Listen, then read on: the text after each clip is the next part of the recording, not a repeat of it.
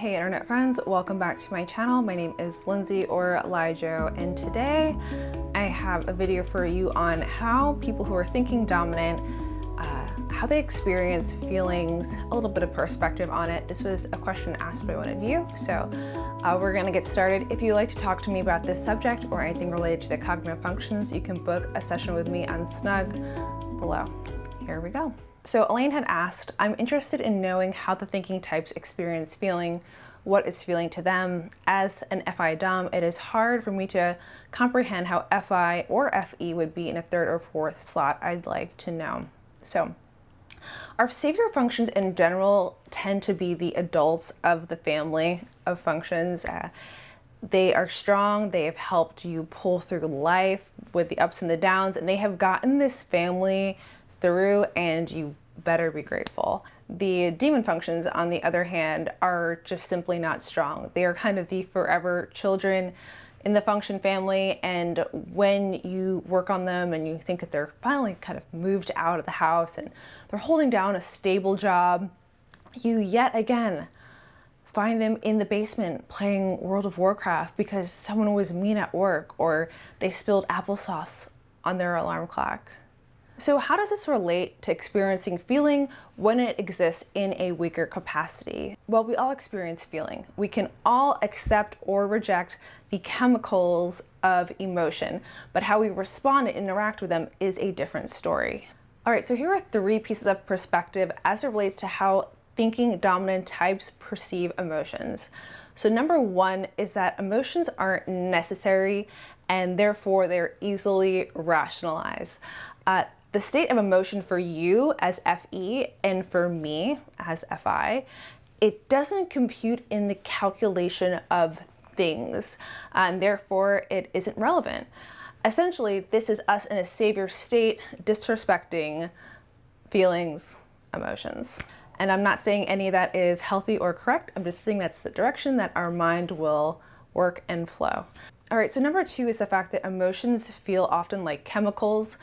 If you play around with them in the wrong ways, put them in the wrong places, you can burn your hand off or someone else's hand off, and it's better just to leave them on the shelf so that nobody receives acid burns. It's like you could be over there experiencing the emotions, hot and bothered about something, and I'm running in the other direction as someone with thinking as a savior function because I don't want to get those chemicals on me. Like, I don't know what to do around them. Like, it's the feeling of being fearful of the chemicals. It's just easier if you're not around them. And number 3, the last one, the one that makes all of the savior feelers go, "Aw," is that often we feel undeserving.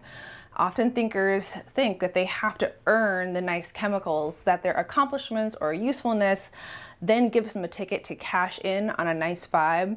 And if someone just gives us a vibe or wants to exchange one and we don't understand why, because there has to be some sort of logic behind it, right?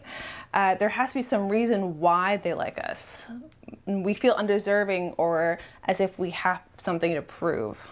Even if we do work out some sort of partnership where we feel as though we can provide the T while another person provides the F, we are still constantly having to provide the T and have trouble just accepting the feelings, the emotions, without making sense of why we can receive them. But if you put up with a savior thinker for a long enough time, you often get the little hidden sweet reward of, if they're a TI Dom, you will often uncover that they actually really have a really big heart. And if they are a TE Dom, you will find this kind of childlike nature, this sense of wonder within them that is very almost innocent on the inside, that isn't seen to very many people. So to all the savior feelers out there who are watching this video, we are grateful for you just giving us the good chemicals, even when we feel like we don't deserve them, even when we don't really understand them. They're still nice, and even though we might not want to like touch them because sometimes they can be kind of scary, we still will enjoy in the chemicals, just in a slightly different way. So that's it for this video. I hope it helps you understand a little bit more about how savior thinkers perceive emotions, and I will see you in my next video. Till next time, goodbye, internet friends. It's like you could be over there experiencing your emotions and you'd be getting all like hot and bothered, and it's like, I'll be